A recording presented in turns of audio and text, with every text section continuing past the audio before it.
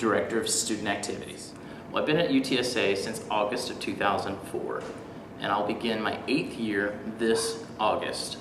And as a part of my job, I get the fortune of working with our student clubs and organizations, a number of student leaders. We work with student government, risk education, fraternities and sororities, campus activities board, and our downtown campus.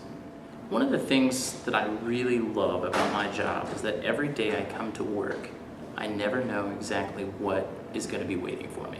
And so it's always changing. And UTSA is growing, and therefore we get to do fun stuff all the time, and we get to keep up with that pace. So never once have I had a day where it was exactly the same, from one day to the next. And the other thing that just makes this job really enjoyable is I do know that we get to work with our students, and we know that we make an impact. And making that impact on our students is something that is completely invaluable. Student development theory is important in working with students because it provides a foundational guide to make sure that you can help the students in the best way possible. And there are several different theories, and so great practitioners will actually have a foundation or an understanding of all the different theories. So you might pull something from Kohlberg and something from Perry, and you're using that together to best serve the student that you're working with or the one that's sitting in front of you at the time. So in terms of student development theory, use that as a guide to guide your practice and to instruct what you should be doing with the students. I recently completed my doctorate at Texas A&M, University of Kingsville, and Corpus Christi, and my dissertation topic was Hispanic and Latino college student involvement in student organizational leadership roles. And basically, I looked at some different attributes and determined, one, if we were able to predict leadership involvement based on those attributes. We learned that we couldn't predict it, but what we did learn is that there was some correlation or a relationship with those attributes and whether or not a student would be or would not be involved. And so that information has guided some of what we do with all students and not just Hispanic and Latino students.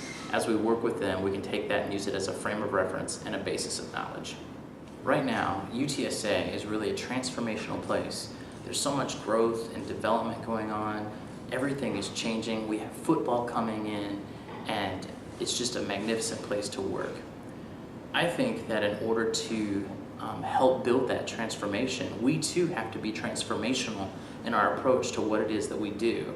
And if that is ensuring that there's excellence in service and programming, making sure that we're using a common language like true colors, and just really helping empower our students and providing them opportunities. It's that whole balance of access and excellence. We want everybody to come to UTSA, and we want to ensure that they have just an excellent experience while they're here.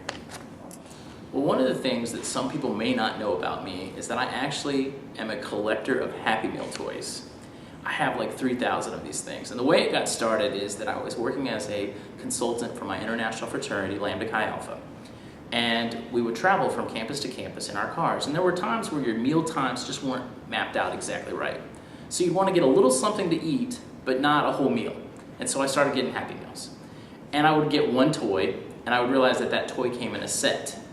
Then I would want to get the whole set. But then I realized I can't eat 8 Happy Meals to get these 8 toys. So I learned that you can buy the Happy Meal toy and not buy the meal. So I would stop in wherever I was traveling and see what Happy Meal toy they had. And so I ended up, when I came off the road, with like 100. And then I learned that you can get them at garage sales and flea markets and all kinds of fun places. And then people would begin giving them to me as gifts. And so now I have a collection upwards of 3,000.